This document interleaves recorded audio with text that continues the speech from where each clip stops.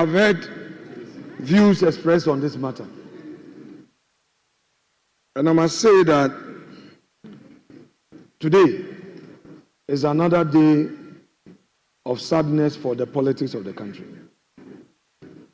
Because a system has succeeded in setting us up to set ourselves apart. Mr. Speaker, let me give some few facts for the Hansard of this House. I had the privilege of chairing Ghana Water. Every single reform I initiated ended up in the media, caused by the very people who perpetrated it. And in the end, it turned political. So, nothing gets done. ECG, I had the privilege of chairing the board in July. Because I'm a businessman, the first question I ask myself is that how can ECG award a contract? And when the contract is awarded, all the person does is deliver at the port, present bill of lading, and request for payment. I said, with the greatest respect, I don't want to use a word. This is Parliament. I was shattered. I said, how? And ECG would have to pay. So I realized that ECG was paying a lot of bills when they have not even had access to the goods. And when you ask them, I asked the procurement manager, director of procurement, a question. I said, why did he say, oh, Chairman, this is the practice since. This is the practice. And they will bring you document. I listened to honorable member for Secondary, lawyer, you from Secondary, question meeting. And I am adopting his submissions as though they were mine. The time has come. This politics, somebody says MPP, NDC, it's a system problem that I will any day support this minister to embark on reforms. How come containers at the ports, containers that have arrived, the bureaucracy at our ports, they say the containers are missing. Mr. Speaker, it is true that when these containers come, there is some connivance with some customs officials, and they sell these containers, these cables that ECG needs after the supplier has been paid. They sell the container, and then people resell back to ECG. Are we pretending we don't know? Instead of us to pay attention and kill the rots, then we come here, then MPP, NDC, so now they say, oh, maybe it's happening on the MPP, it's happening on the NDC. No.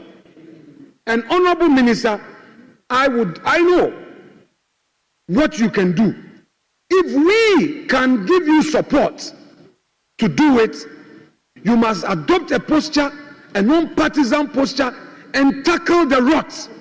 But if we all want to approach it, MPP, NDC, Mr. Speaker, it will remain. NDC will spend 4 years, 16 years, 20 years, the same thing will be there. They will come into opposition, and the same thing would arise again. Then the perpetrators will be there in the system. Mr. Speaker, today, Ghanaian businesses cannot sleep because there's a new government, whereas foreign businesses are surviving because their ambassadors will be protecting their businesses. So Ghanaian businesses who did business in MPP time are at risk, whereas foreign companies are surviving because we are quick to say this business is a pro-MPP, so it should die. What are we doing to ourselves? What are we doing to ourselves? Mr. Speaker, I know the minister will come and say, oh, ECG has a huge bill. There is debt. Now who calls them? Us, as a political class. When there are issues, we don't identify the issue and say, this one is a national issue.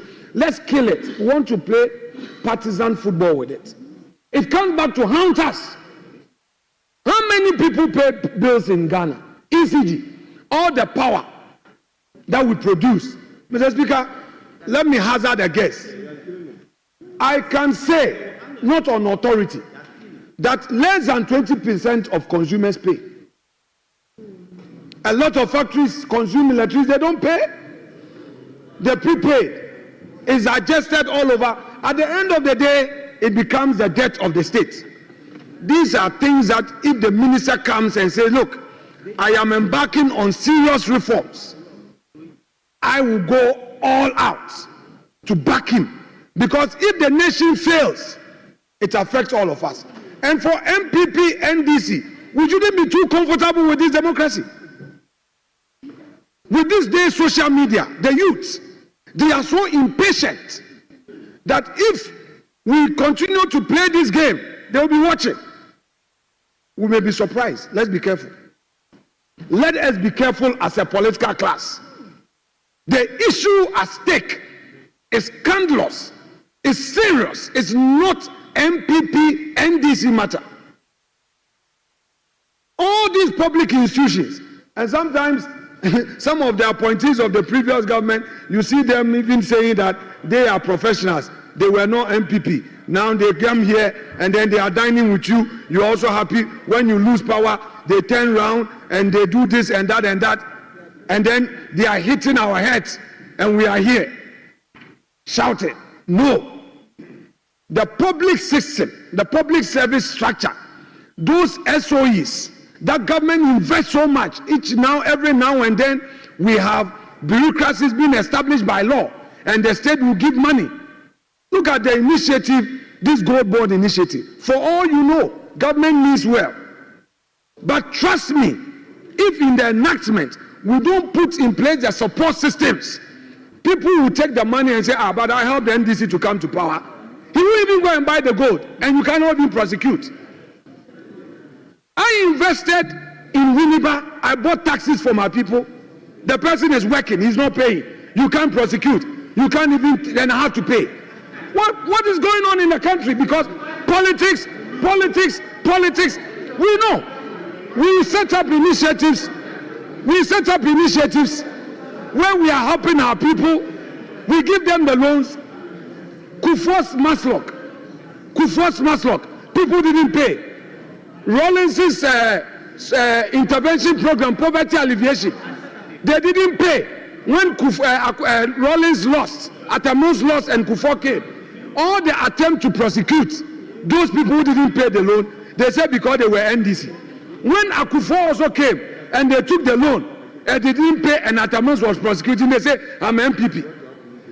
And it's been going on, and we see saying the national debts.